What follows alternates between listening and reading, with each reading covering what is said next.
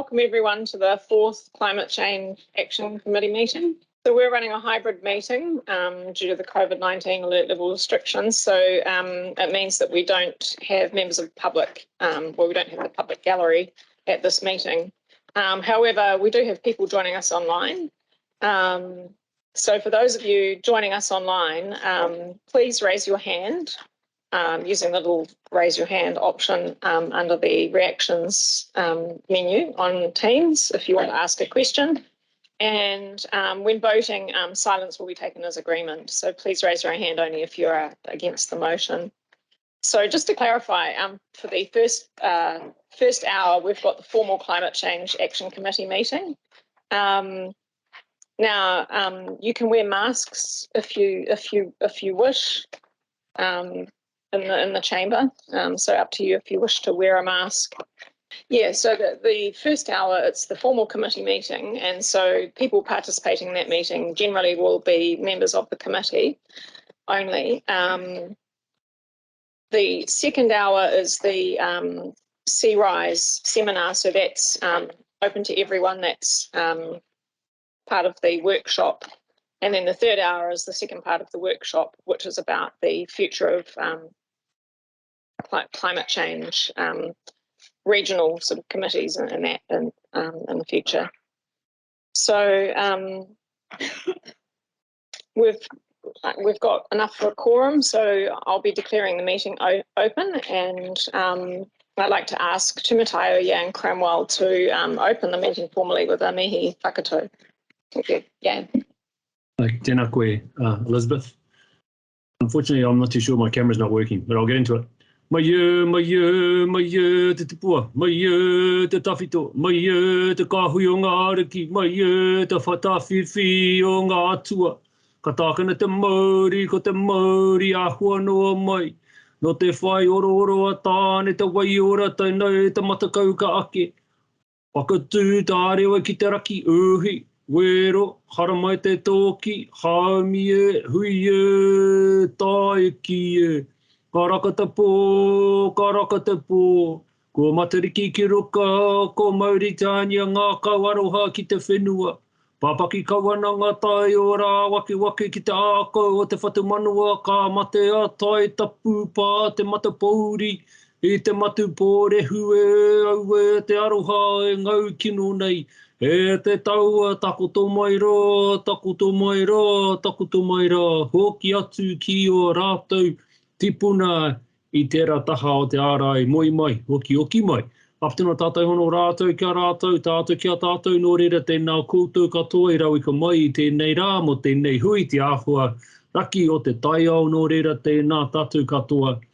Just acknowledging the loss of Craig Pauling's, Councillor Pauling's auntie Mauri Tanya Tuhuru over on the west coast. We send our aroha to him and his whānau at this time. But I welcome you today to our Climate Change Committee under the direction of our two auspicious chairs, Nei reira te mihi kia koutou, and I think I'll hand over to Councillor Clearwater to say our karakia. Nō reira, tēnā koutou, tēnā tātou katoa. Whakataka te ho. Whakataka te ho ki te uru. Whakatata te ho ki te tonga. Kia makina kina ki uta. Kia mataratara ki tai. E haki ana te atakura. Hei tio, hei huka, hei hoho. Ti hei Moriora. Okay, thank you, Phil. So I just want to acknowledge and welcome everyone attending the meeting, including our independent climate change experts, Dr. Anita Reeford and Dr. Sean Ogilvie, who's sitting here, and also our youth representative, Erana Riddell, and staff and councillors. And also, just before we move on, I just want to remind everyone that there is a different meeting link that you'll need to join for the workshop when this first hour finishes. So there's two links. There's one which you're on at the moment, and then there's a different one you'll need to join. There'll be a 10-minute break at the end of this first hour, and then a 5-minute break in the middle of the two workshop sessions. So before we start the meeting business, I just wanted to reflect on two recent events. Firstly, due to ocean temperatures 5 degrees hotter than usual, we've had a massive bleaching event of sea sponges in Fiordland, the biggest documented worldwide. And people might say, well, who cares about sea sponges? Sea sponges don't just clean and filter water. They actually support many other species and fish species. And under climate change, we're seeing a complete breakdown of the cold water ecosystems in the Southern Ocean. And you'll soon see extinction of dolphins, whales, and penguins that depend on these ecosystems. So we're seeing these ecological tipping points, and we'll be seeing many more frequently in the years to come. And secondly, on Radio New Zealand, we heard about the residents in Wellington, where sea level rise is occurring twice as fast as they expected due to subsidence. And we heard the climate change minister say to the residents, well, if you leave it to central government, you'll get A, a really bad solution, and B, it will arrive 5 years after you've flooded. So, people affected by climate change-induced erosion are not actually eligible for compensation or funding. And I'm wondering, is Housing New Zealand ready for the next wave of homeless climate change refugees from New Zealand? I wonder, are they prepared for that? So we're here because there are some actions we can take to slow the impact that we're having on the planet. And that's why we're here and we have this committee. So just moving on now, we've got apologies from Councillor Ian McKenzie and Councillor Grant Edge, who can't be here today. Are there any other apologies apart from those two? Are there any conflicts of interest in relation to items on today's agenda? I understand that there's no items for the public forum, deputation or petitions section. We don't have any extraordinary and urgent business other than the whole business of this committee. And I don't believe there's any notices of motion. So we'll move to the minutes. So the minutes of the previous meeting are on page 10 of the Climate Change Action Committee agenda. The agenda is available online on the ECan website if you want to follow along. You should be able to get the agenda. So are there any matters of accuracy relating to the minutes of the last meeting, which was on 2nd of March 2022? So I'm not hearing any issues of accuracy, in which case I'll just ask if staff can put up the on screen the motion. Is it possible to put the motion up on screen? Okay. Oh, there we go. So we're going to have the motion that the Climate Change Action Committee confirms the open and public excluded minutes from the Climate Change Action Committee meeting held on the 2nd of March 2022. Do I have a mover for that motion? So Chair Huey is moving the motion, and Councillor Southwood. Oh, sorry. Oh, you weren't there. You probably can't move the motion in that case. Yeah. Okay.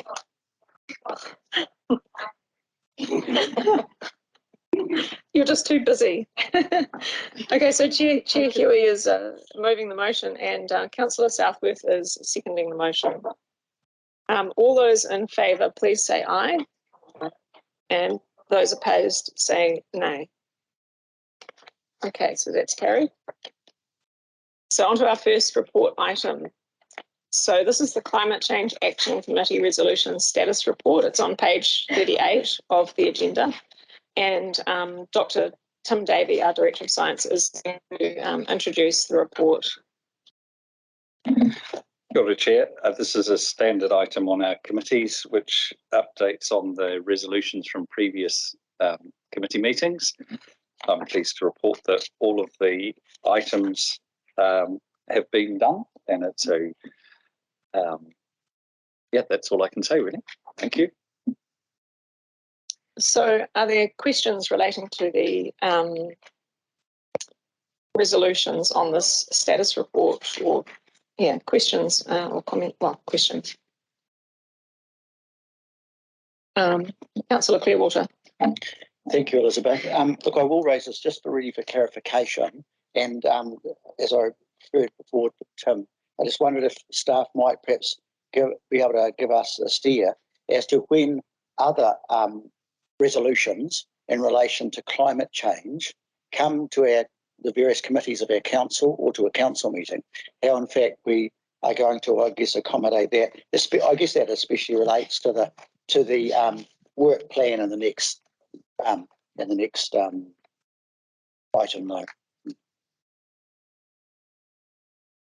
Through you, Chair, thank you for the question. The formal process would be that another committee would have to essentially pass their resolution to this committee.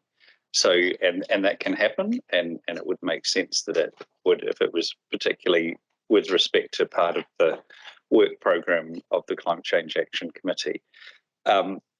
What you're touching on, of course, is that climate change goes across all of our work, and it is a very salient point. And so we would expect going forward that if there was a formal recommendation that affected the work program, that it would be passed across, and we have the ability to be able to do that, and then it would get picked up by this committee, but it would require the other committee to make the formal. This committee can't just take a resolution, it would require a formal passing. Are there any other questions relating to this report? If not, then we have a recommendation that we note the status of previous resolutions provided in the Status of Climate Change Action Committee Resolutions Report, June 2022. So do I have a mover for that report? Councillor Lan Fan, and a seconder, Councillor Claire Mackay. All those in favour? Against? Okay, that's carried. All right. So the next item is at 8.2, which is on page 43, and that's our work program update. And Dr. Fiona Shannon, our Chief Scientist, is going to introduce this report. Fiona, do you want to come up to the table? Jeez. Oh, right. Jeez. Yeah, Fiona, are you bringing Rebecca McKinney and Kate Nichols also? Right, okay, yeah. Just Kia ora koutou. So this paper is an opportunity to update you on our climate change resilience work program, and that program of work falls within the climate change and community resilience portfolio. So the paper that you have today is highlighting some of the key initiatives that are being progressed through that work program. I'm going to take the paper as read and just provide a brief update and some of the key initiatives there before handing over to Rebecca McKinney and Kate Nichols to give you a brief update on our communications campaign, It's Time Canterbury. So part of our work program includes providing strategic and policy advice regarding national direction. And as you're aware, there have been some significant delays in the release of national direction in this area. We saw the long-awaited National Adaptation Plan released for consultation in April. For us, that came at a really busy time during the annual plan period, but our team have worked really hard to ensure that Environment Canterbury was able to make a strong submission to MFE on the draft plan. So we're awaiting the release of the final plan there in August, and after that's released, we'll be able to look at the implications both for Environment Canterbury and across the Canterbury region. That consultation document also included questions on managed retreat in preparation for the upcoming Climate Adaptation Act.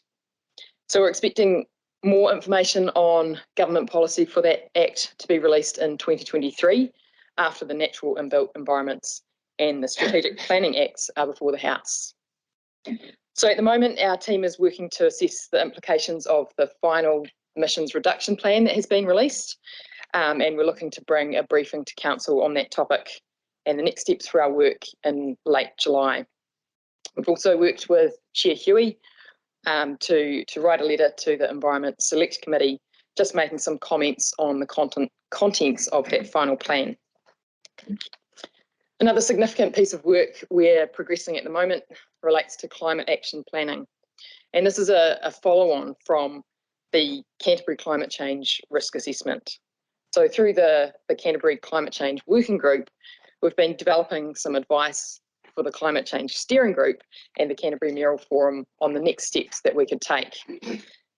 To support that effort, Environment Canterbury has led a stocktake of work underway across the region, and that information is going to be used to help scope and develop what we hope can be a regionally coordinated plan.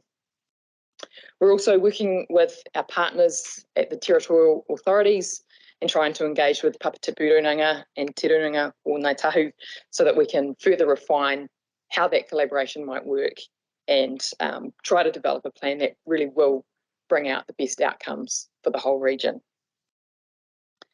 Now, in terms of It's Time Canterbury, rather than me do the talking, I'd like to pass over to Rebecca McKinney and Kate Nichols to give you a brief update there.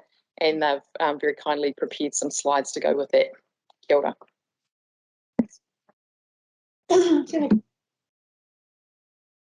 Just press your speaker. There we go. I'm Beck McKinney, this is Kate Nichols, and we're from the Communications and Engagement Group at Environment Canterbury.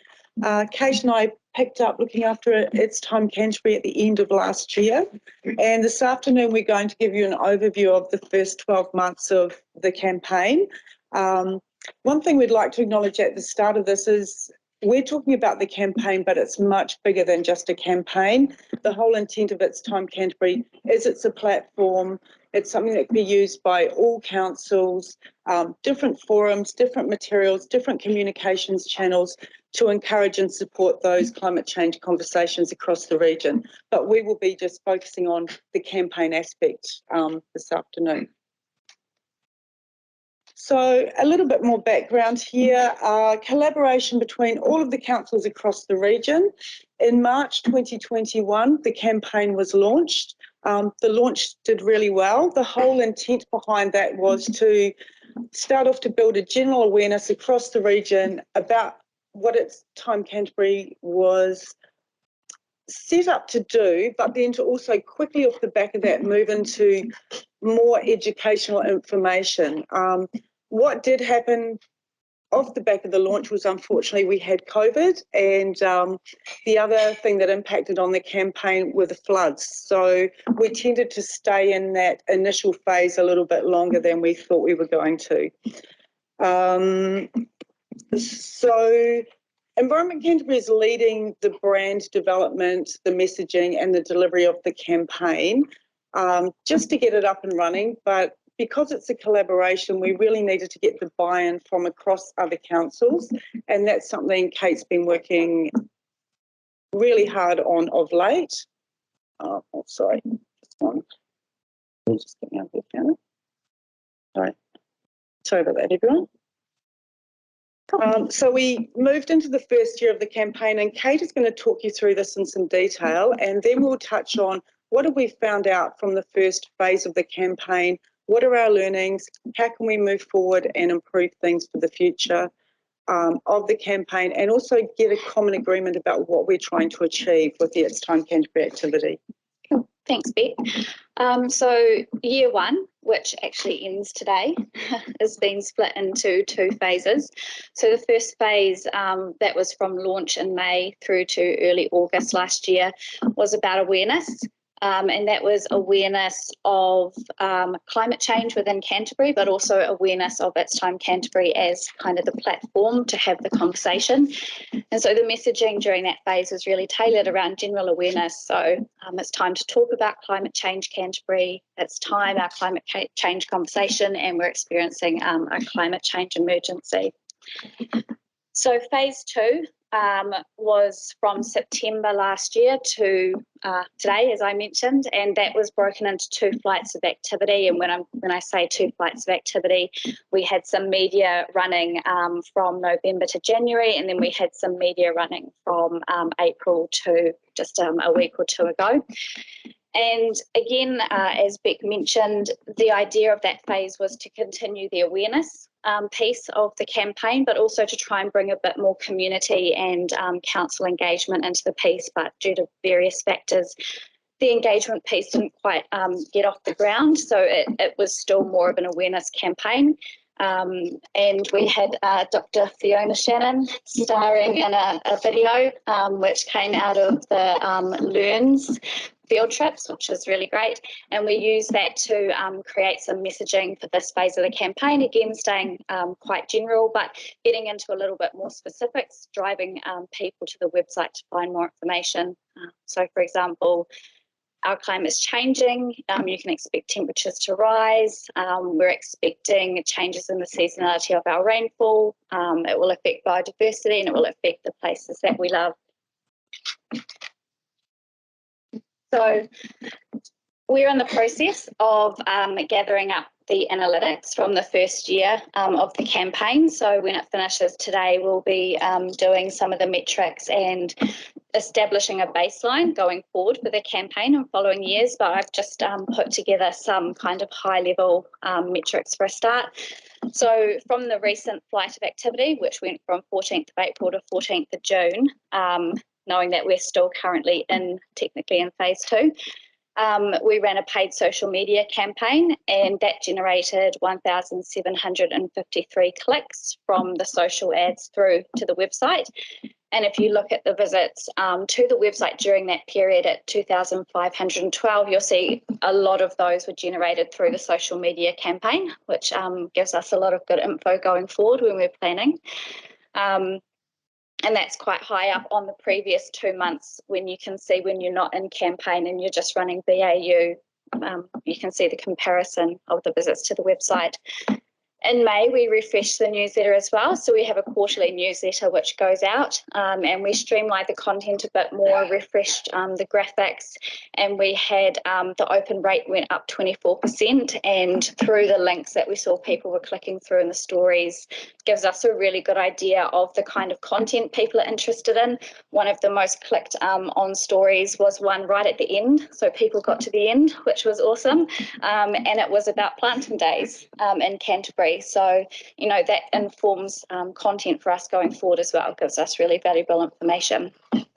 So again, just some kind of initial numbers to date since we launched in May last year. We have 444 followers on our Facebook page.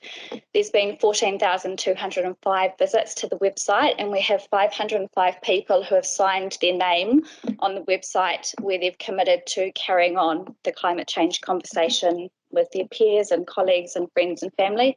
And we have 479 subscribers to our newsletter. So during phase 2, Fiona touched on one of these a little bit, but there was also a little bit of other activity going on that we incorporated into the campaign. So we had obviously the climate change risk assessment report came out, and we've been working to ensure that messaging from that report is incorporated into the information on the website. So some's already on there, and in the next couple of weeks we'll have some of the other key messaging going up on the website.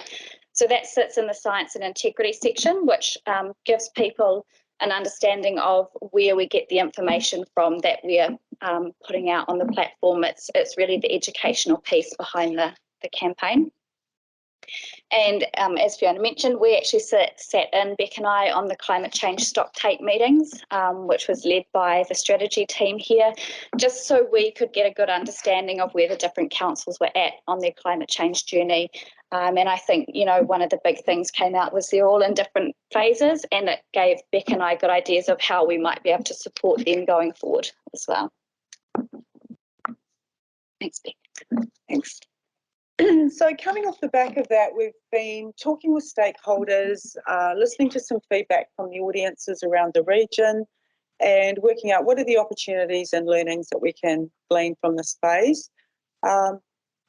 Balancing education and action is a really clear message to us. We've said that It's Time Canterbury is about scientific, evidence-based information. It's that source of truth and credibility in the climate change space. What we do know is that is a big story. It is a lot for people to digest, and individuals and audiences are all looking at this with a different lens.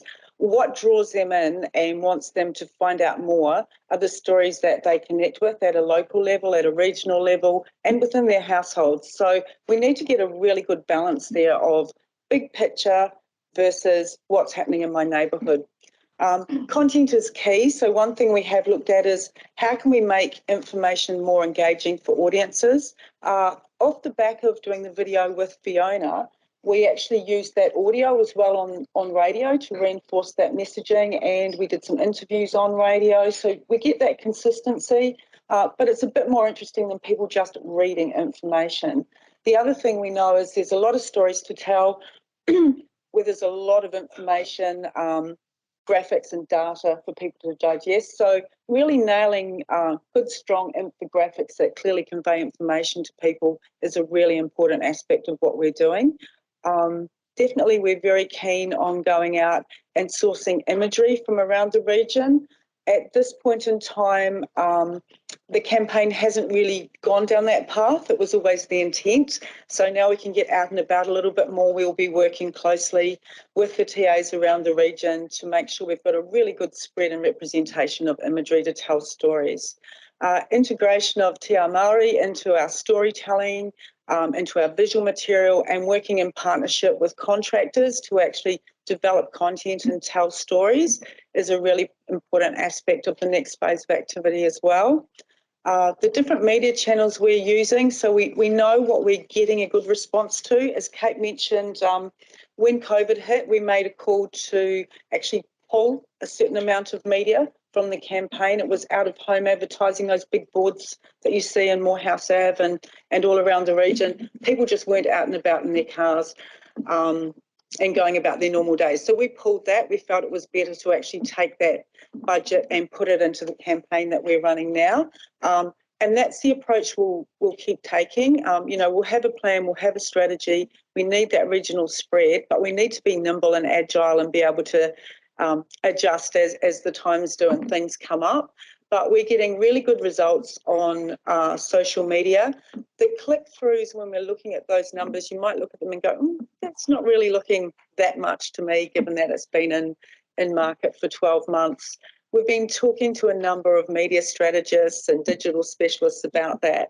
And what we have seen is a really nice lift in activity. As soon as we go back into market, as soon as we start telling those stories, as soon as things become a little bit more visual, we're actually getting that connection. So we're pretty happy with that, given what we've all been dealing with in the past 12 months. The interviews is another great one. So I'm sure everyone sitting around the table today has got people in mind in their communities and their organisations that they're thinking, wow, we've got these great stories about climate change and things happening in the community we want to tell, and we want to hear those. Of course, we're coming into an interesting time this year with elections happening, so we've just got to be mindful of that sensitive period there where we, we can gather information, but we can't actively go out there and promote certain stories. I guess the other side of that, talking about channels, is the council to council conversations that probably go on behind the scenes. So Kate and I are sitting here talking to you about the campaign, but we're just sort of two people at the front of it. We've got a whole team of people behind us feeding into this. We have science, we have strategy, people like yourselves. We have the Mayoral Forum. We went along and Hannah had a chat to them the other day, and different stakeholders with different interests. So, we're sitting at the table. We need to balance that and ensure those conversations are happening. Another big part of what we're doing is a review of the website. So it was fantastic to get something up. It's that initial sort of point where we can drive people to, but we need to do some work there. We need to get the images in there. We need to get the infographics, some video, prioritise our messaging, and really work with all of the other councils to ensure that they keep their pages up to date and keep feeding information in, so that that local story aspect of it is always there for the members of their communities when they drive them there. So the active participation from councils has been a challenging one. Everyone has got fantastic intent, and we know there's a lot of enthusiasm, but but the past 12 months, I think across the board, people have struggled for resource, people being unwell, just different things like that. So Kate, in the last couple of weeks, has managed to pull together a nominated person from every council, which is fabulous, and we will be sitting down having the first meeting in the next 2 weeks. So the intent of that group is that people largely from communications backgrounds, and we'll be looking at this campaign with a regional lens. You know, we don't want to sit at the table, even though we're leading it, and say, this is what it looks like for South Canterbury, or this is what it looks like for the Mackenzie country. Even if those councils aren't at the point in their journey of actively being out there communicating around climate change or having workshops or whatever it might be, they can still add value to this campaign, and that's the whole purpose of that group. So we hope that by pulling them together, that will give us that regional spread. The people involved in the subgroup will also be able to go back to their councils and feed into them and let them know what's happening with the campaign, follow up, share things, feed stories in. So we're quite excited about that. It's quite a big deal for us to get that set up. Sort of touched on this before, but yeah, one thing that did come out of the stock take meetings that we piggybacked on with Fiona and the strategy team was that every council is in a very different place, and there was a lot of enthusiasm, and so we took that as a real positive thing, but it did explain some of the challenges we've been dealing with and trying to seek certain stories or, you know, get different things happening. So it was actually a really valuable process for us. Identification and generation of content.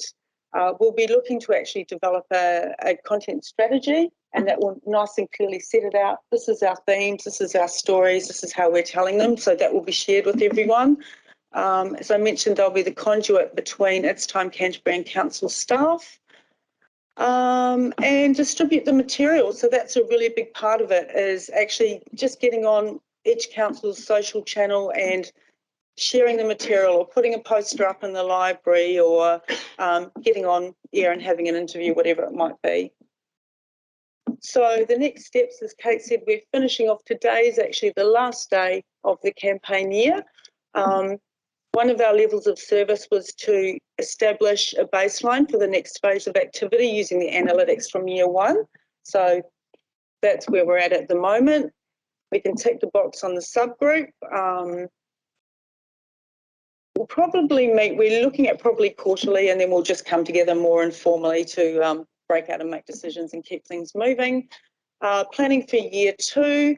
So again, it's really defining those messages, running them by stakeholders, making sure we're all on the same page about the big picture. What is the campaign out to achieve versus how will the different TAs pick up those messages and make them relevant within their own areas. So we might have a big story about higher level about sea rise, whereas we were talking earlier today, then someone else might take it out and run with that and make it more detailed and more specific to their region. So we'll be working with the subgroups on that.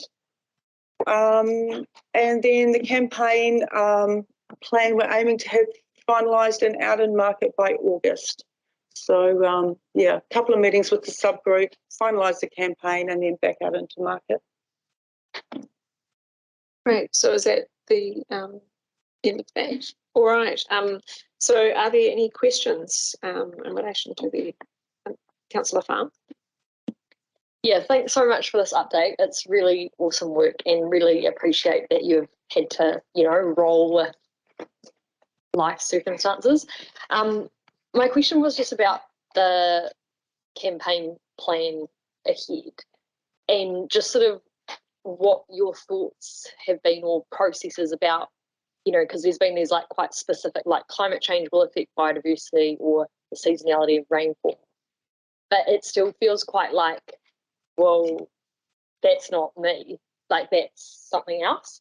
And where are we not trying to be the no, it will affect you. So for example, like the seasonality of rainfall might change, you know, climate change may mean your house floods, or, you know, like climate change might mean we're all a bit sicker, or we're all a bit healthier, or whatever.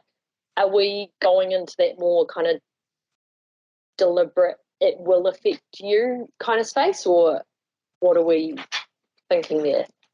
No, I was just putting it up for you. Thanks. No, it's a really good question, and it's a discussion that we do have regularly. And I think the first phase that we've just completed was based on taking sort of not an upbeat approach, but what can we do, and sort of being taking the positive and not sort of going too far down that path. Yes, it's a massively serious issue. It's something we're working hard to address and acknowledge and whatever we're doing, but it was more take that positive approach. There's a lot of work being done around how information and messaging is digested in the climate change space. People can find it very overwhelming, quite upsetting. It's a really sensitive subject. So that's something we'll be working on with the group and more broadly with our other stakeholders to sort of land what is our position. But certainly we remain in that the science, the evidence, the bigger picture is where we're trying to elevate the It's Time Canterbury main campaign to. And then where, as I said, different TAs might pick up specific threads of that and go more deeply into it in their area. But we'll certainly keep everyone across. I've got a work program question, but are we just going to stay on this? Do your question. Yeah. Okay, thank you. And then just on the work program, Kieran, I just had a question about the delays with the National Adaptation Plan and the Emissions Reduction Plan and that affecting our work programs. And I get that we're doing the stock take and that's a really important piece of work. Am I right in thinking, though, that apart from just generally us all wanting to broadly reduce emissions, there isn't anything currently which specifically directs us as local government to reduce our emissions? Like, I'm aware of some sort of targets in our regional in our regional transport plan, I think. But other than that, are we all still kind of in that we're just going to all reduce the emission space, or can you help me understand that? Yeah, sure. So the emissions reduction plan has national level budgets, which make it quite tricky for us as a region. Those targets have been quite deliberately set at a national level rather than being sliced up into regions. But for us to help understand our emissions profile as a region, we've got a greenhouse gas emissions inventory project that's currently being designed. So that project is going to enable us to have a greater resolution than is provided by Stats NZ and the like. It's going to be designed in such a way that we can look at emissions at various levels, whether it's at a regional level, whether it's at a territorial authority level, or perhaps even an airshed level, so that we can have that granularity, so we know what the impact of our actions really are, and that will be updated each year. I think there was a question from Councillor Clearwater. Thank you, Chair. And thank you so much for this work. My question relates, sort of follows from Lan's questions, and what I was going to ask about initially was in the work plan on page 46, I think, is it the last item about developing climate change action plan in collaboration with the community. And so I'm assuming that initiative includes working with other councils, as a report already says. And I just wanted to ask you a wee bit more about that part, and you've referred to it today in your reports around It's Time Canterbury. So, and clearly there's been some indication, there's the working group, has already been the subgroup, that's great. But it's also just like, how might we as a committee, so I guess get the best insight into, into the results from that survey you've done. And and I'm just wondering if that might be something too that we might be better to have when we have our workshop, so we can talk through. I don't know. The question really is, what might be the best way of us actually sort of receiving that information results? Yeah, thank you for your question. And in terms of the the results of that stock take. So the team is busy analysing those and writing them up into a form that can be shared with all of you. So we're looking to engage councillors in a workshop setting, not today, but down the track. We're looking to engage with you to help understand your perspectives on how we might best advance this regionally coordinated approach. So definitely to come. Okay, we've got a question from Anita Reford. Anita? Thank you. Thanks for the presentation, Beck and Kate. It's really interesting to hear how this is going.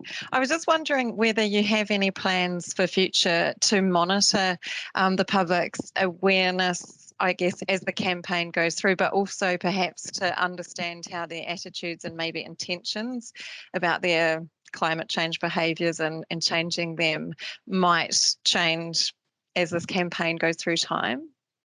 Thanks. Thank you. Yes, we do, absolutely. As I said at the start, we probably would have been at that stage now, but because we've really stayed in that more of awareness phase due to the whole COVID situation, we definitely plan on doing that through a number of different ways. We've recently gone live with the People's Panel, Environment Canterbury, which will be a good tool for us to be able to reach out to people across the region and do some testing, as well as some more specifically targeted questionnaires as well, and through digital channels, maybe some focus groups, getting out into the regions and doing it the old-fashioned way and getting some face-to-face feedback from people would be fantastic. So definitely part of what we're doing. We feel we have to establish this baseline coming out of the first year, and then that gives us somewhere to go. Okay. Now, Chair Huey, you had a question. This will be the last question. If there are any more questions, please send them through to us. We've actually got 2 more items on the agenda after this, and we need to finish it too. So, thank you, Chair. I need to get back to it's time it's Canterbury. But first of all, I want to say how exciting it is to see all our fellow councillors from across Canterbury coming here and online, and to have our experts with us today. It's fantastic. And our youth representative, it's really good. So just on, and mine follows on from what Anita's just said, and I understand we've engaged Professor Don Hines, or we've been talking to Don Hines, who's a behavioural scientist, about identifying those sectors of the community that think in different ways and how we might adapt our messages around climate change. I'm just wondering how far that work's gone.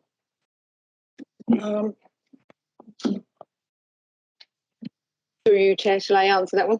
Yes. Professor Hine, as you know, obviously spoke to the Merrill Forum, and on the back of that, we have invited him in to come and do a session with our youth roku. So that's happening, I think it's the 3rd of August, but it's at the beginning of August. And that will be open to councillors and also to any of our staff who want to come. So that's the start of that dialogue that's more climate change and youth and it's time Canterbury focused. Yep, start of that conversation. All right. That was the same fellow who actually showed that some negative messaging around climate change actually worked as well as positive. Okay. All right. So we've got a resolution here that the Climate Change Action Committee receives the update on the Climate Change Resilience Work Programme for delivery of the objectives of the Environment Canterbury Long-Term Plan 2021 to 2031. So do I have a mover for that? That's Councillor John Sunkel is moving that. Is there a seconder? Councillor Vicky Southworth is seconding that. All in favour? Against? Okay, that's carried. So moving on to the next item, 8.3, which is at page 47 of your agenda. Central Government Direction. So this is going to be presented by Jessie Burgess, our Senior Strategy Manager. Jessie. Tēnā koutou katoa. Through you, Madam Chair, I'll keep this relatively brief, just in the essence of time. I know time's marching on. This paper in front of you is an update on the report provided to the committee on the 2nd of March on the Central Government Climate Change Direction, and provides further information and updates on Aotearoa's climate change policy and budget 2022 decisions. Take the paper as read and just touch briefly on some key points of the paper in regards to national direction and recent budget announcements. So the draft National Adaptation Plan was released for consultation in April this year. This was our first look at the plan, which will guide central government's strategies, policies, plans and proposals for adapting New Zealand to climate change for the next 6 years.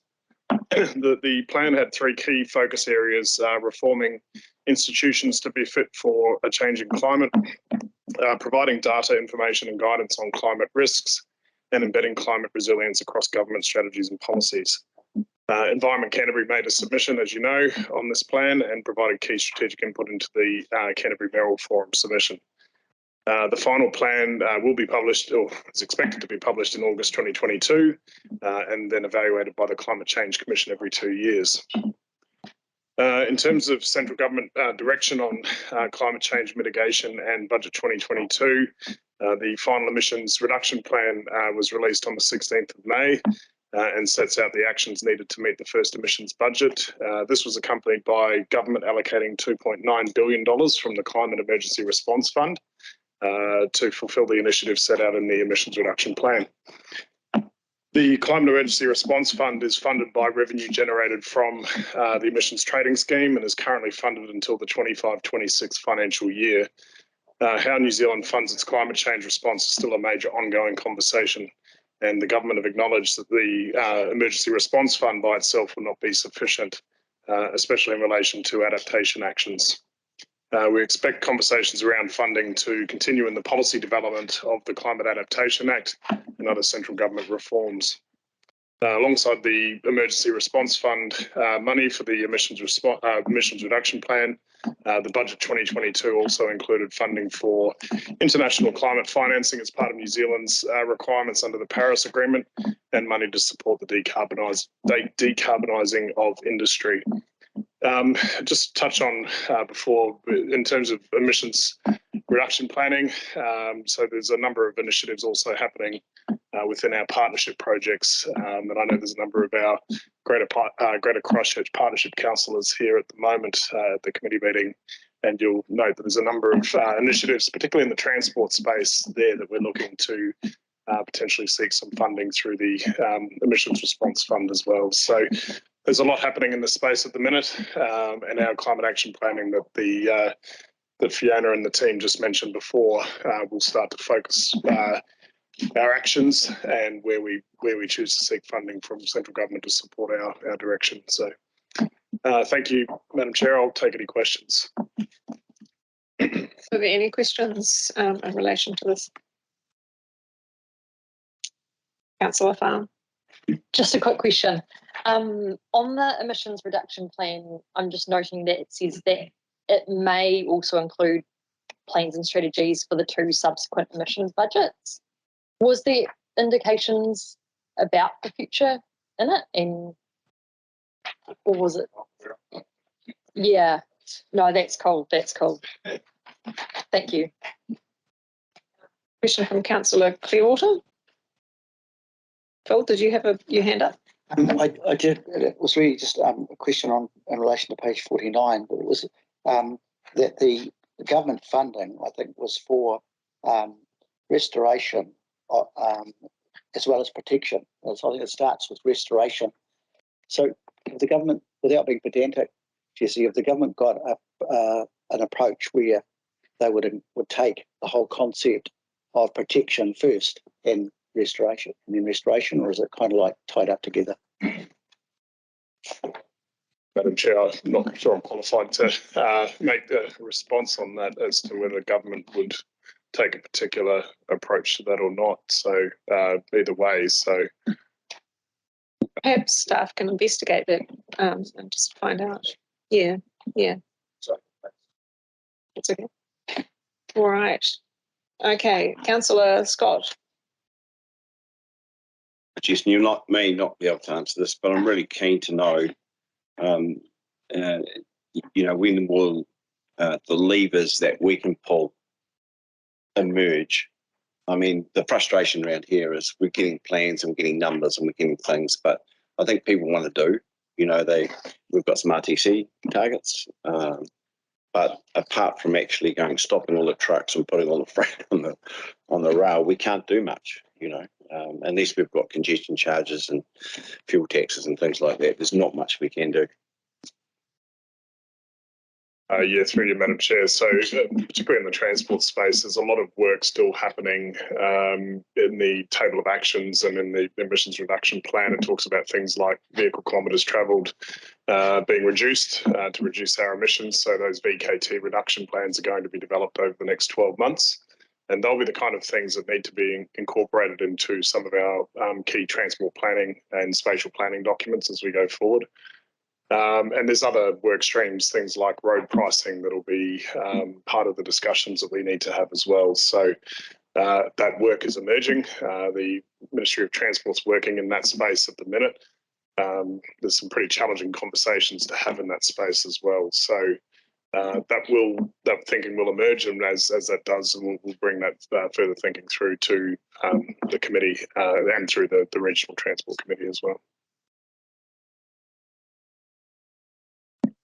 All right, so there are no further questions. In that case, on page 47 of your agenda, there's a recommendation that the Climate Change Action Committee receives the update on the draft National Adaptation Plan, the National Emissions Reduction Plan, and the Climate Emergency Response Fund.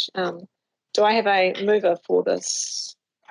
Councillor Scott has moved and Councillor Farm is seconding. All those in favour? And against? Okay, so that's carried. Right, so item 8.4, the Regional Sector Roundup. So that'll be presented by Dr. Tim Davey. Kia ora, thank you, Chair. So I will be quick on this. This is a roundup of the different things that go on in the different groups across Canterbury. And before I start and say too much, I just point you to figure 1 on page 52 of the agenda, because I am aware that it is quite complicated and it is quite difficult to follow when people talk about steering groups, working groups and the like. So just to sort of talk you through this a little bit, that there is a work program that sits under the Canterbury Mayoral Forum. And that work program, if I would go from the bottom up, I guess, is done by staff members who work on the Climate Change Working Group. So every territorial authority and the regional council have staff members who are on that working group. And that has delivered things, for example, like the risk assessment that has been done, and some of the things that are talked about in the paper around regional stocktake is being done through the working group. So that's the working group. There is a steering group which is made up of members of the Mayoral Forum. So the Mayoral, that's chaired by the Mayor of Waimakariri and the chairs who are on that steering group in Hurunui, Christchurch and Environment Canterbury, Chair Huey. So that's the steering group who provide the steering for the work program that is delivered across Canterbury. There's also the Councillor Climate Change Group, or sometimes it's referred to as the Climate Change Champions Group, which is, many of you who are here today are on that, is made up of people from all of the councils in Canterbury who have a particular interest, councillors who have a particular interest in climate change matters, and that's been getting together about twice a year as an information sharing exercise. And then there is, of course, this committee, which is a committee of Environment Canterbury, the Climate Change Action Committee. So they're the different groups that are there. Most of what I'm talking that is in the paper comes from the working group and the steering group. So very, very briefly, there's the regional stocktake of climate change actions. It's already been mentioned here today. That's a piece of work that is ongoing. The actual stocktake has already taken place, but as has been said, we've been analysing. And the sorts of things that we're talking about here is which councils have made political commitments around climate change, which have got direct action plans or you know, something along those lines, which have got work programs attached directly into climate change. And it's not a judgmental, this is just to get a baseline of, you know, for when we start thinking about a climate action plan for Canterbury, we get an idea of how all the different councils are contribute, or the work that is going on. So at the most recent meeting, which was earlier this month, the working group has made good progress on the scoping of the climate action program. So the climate action planning process that we'll be following. So that, let me go back a step. We've had the risk assessment, and now we're moving on to an action plan. And that's what we're at the moment. We're scoping out what is the process that we'll use to develop an action plan around climate change for Canterbury, and how will all of the different councils interact with each other. So that's what we've been working on. Yeah. So and that's we've got another meeting coming in the next month or so, I think, around that. We've already mentioned the It's Time Canterbury. I won't say anything more about that, but that's obviously a cross Canterbury initiative.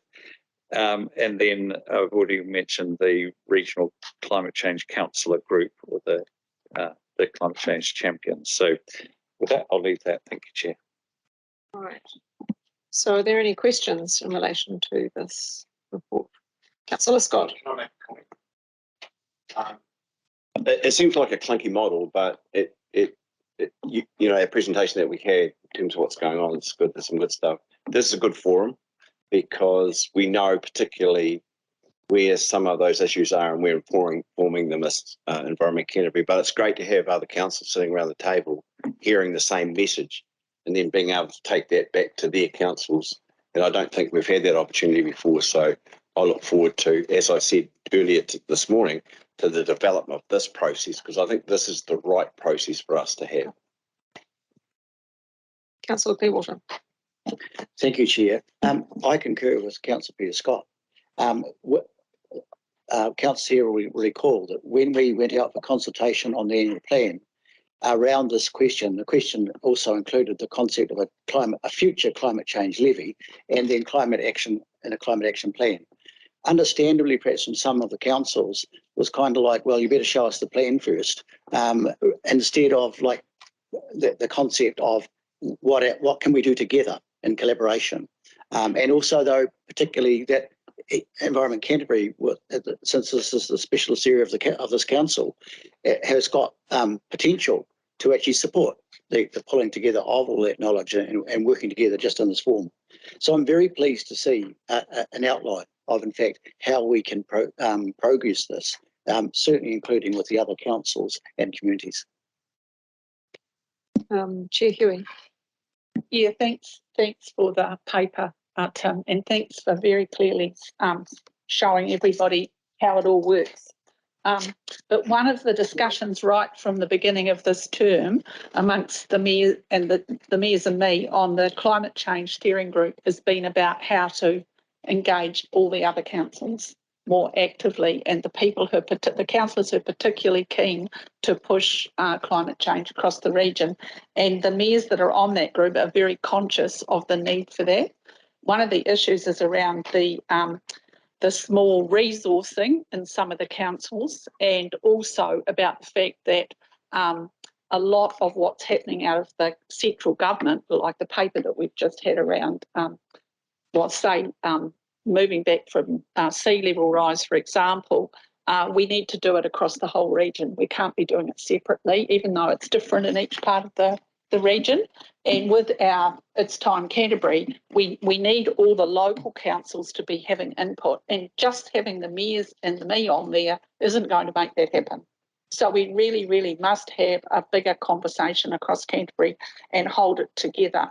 And there's going to be pots of money that we can aim at. And with the expertise we've brought in and our youth member on this group, we can be very targeted about what we want to achieve, and also area specific at the same time.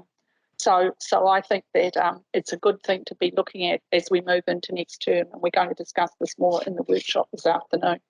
So it is a really good development. Thanks, Tim. And also, it's no good us replicating the work. So because we mainly assist the mayoral forum as well, it's like we're doing two lots of work around the same thing. So it's really important that we're moving in that direction. So thanks for all showing moving with your feet and coming today, and for those people online. It's great.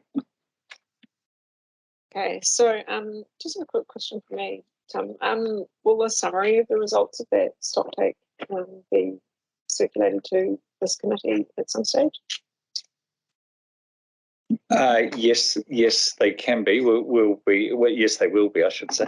That we will be running a workshop that will have some of the information, but then we'll bring it formally to the committee as well. But that depends obviously on how the committee forms in the next training. So. All right, if there are no further questions, then on page 51 of your agenda, find a recommendation that the Climate Change Action Committee receives the report on the work of the Regional Sector Fora on climate change in Canterbury. Do I have a mover for that? Councillor Clearwater, and a seconder? Councillor Southworth is a seconding. All in favour? Against? Okay, that's carried. All right. The date of the next meeting. So this is actually the last meeting in the training of the Climate Change Action Committee. So now, before I declare the meeting closed, I just want to say a couple of things. So the Sea Level Rise seminar and workshop we will start in 5 minutes' time, I think. What's the time now? 10:05. So we'll stay in 5 minutes' time at 2:10. We'll start that. Yes. Okay. And so you'll need to actually, if you're online, you'll need to join the workshop link. So you'll need to leave this current meeting link and join the workshop link. All right. So I'll now declare the formal committee meeting closed at 2:04 p.m.